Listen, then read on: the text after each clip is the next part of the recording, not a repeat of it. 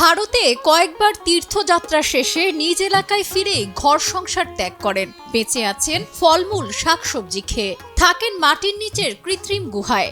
মাঝে মধ্যে মাটির উপরে দেখা গেলেও কারোর সাথে কোনো কথা বলেন না সাধু, কারণ মহাদেবের আরাধনায় 12 বছর মৌনব্রত ও ধ্যান করাই এ সাধুর উদ্দেশ্য।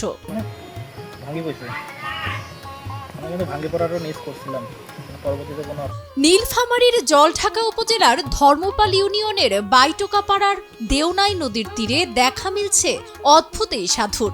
মৌনব্রতের ইতিমধ্যেই 3 বছর অতিবাহিত করেছেন। জীবনের প্রয়োজনে যা কিছু প্রয়োজন তা ইশারায় লিখে জানান। এজন্য স্ত্রী সন্তান কারোর সঙ্গেই কথা বলেন না। স্থানীয়দের কাছে পরিচিত হলেও আচরণে অচেনা রঞ্জিত চন্দ্র রায় নামের এই সাধু।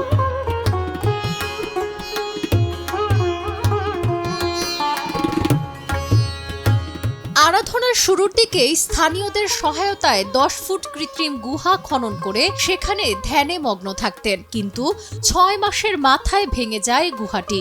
এরপর থেকে পাশেই ছোট্ট একটি ঘরে থাকেন তিনি। সেখানে বসে ধর্মীয় কাজ ও লেখালেখি করে সময় কাটান। নদীর পাশে গড়ে ওঠা সেই ঘরকে কেন্দ্র করেই আশ্রমের রূপ নিয়েছে সাধুর এই জায়গাটি।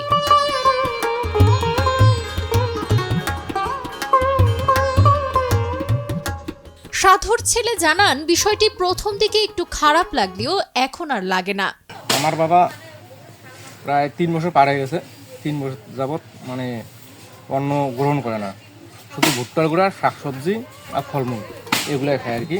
আর এর ব্যতীত আর কিছু খায় না। আর ওনার এটা সাধন আর কি, আগের থেকে উনি বলছিল আমি একটা সাধন করব, কিন্তু কাউকে বলেনি। শেষ মাস 3.5 বছর হয়ে গেছে আর কি। 3.5 বছর আগে বলছে আমি মনোব্রত রাখবো আর কি। সেটা কোথায় সে বলছে শ্মশানে আর কি। আবারও গুহা তৈরির কাজ চলছে, কিন্তু অর্থের অভাবে কাজ বন্ধ আছে বলে জানান সাধুর ভাই। ঘটনা আছে কি, আগে ওই যে গুহা যে ছিল, ওই গুহাটা কোনো ওই মাটির চাপের কারণে ভেঙে গেছে। ভেঙে যাওয়ার কারণে ওই ইট নিয়ে আসার পর ওই গুহা গাঁথার পর এখন বাকি কাজ তো স্থগিত আছে, পয়সা কড়ির সমস্যা। এই কারণে আমরা আর ওইখানে হাত দেইনি, ওই পর্যন্তই আছে। আর এখন উপরে যে ঘর আছে ওইখানে থাকে তাদের ওইখানে খাওয়া দাওয়া এবং থাকা মিলে ওইখানেই করে। আমাদের ওইখানে সাধু নদীর পাড়ে আজকে 3 বছর থেকে আছে ওই জায়গায়। ওনার তো আমাদের হিন্দু শাস্ত্র নিয়ে অনেক আমাদের গর্ব। ওখানে তিনি কথাবার্তা কেউ বলে না, মানে কারোর সাথে কথা বলে না, এই সবাই এসে করে। আর কেউ সাথে মনে করেন কোনো কিছু করতে চায় না, মানে সবার সাথে এসে কথা বলে, ঠিক আছে। এই জন্য সে নদীর পাড়ে থাকবে, সে অন্য খায় না, শুধু ফলমূল খায়। মৌনব্রত ও ধ্যানের জন্য গুহা নির্মাণ করতে সরকারের সহযোগিতা না চাইলেও নদীর ভাঙন থেকে সাধুর আরাধনার জায়গা রক্ষা করার জন্য ওই স্থানে নদীর বাঁধ নির্মাণ করার দাবি জানান তার পরিবার ও স্থানীয়রা।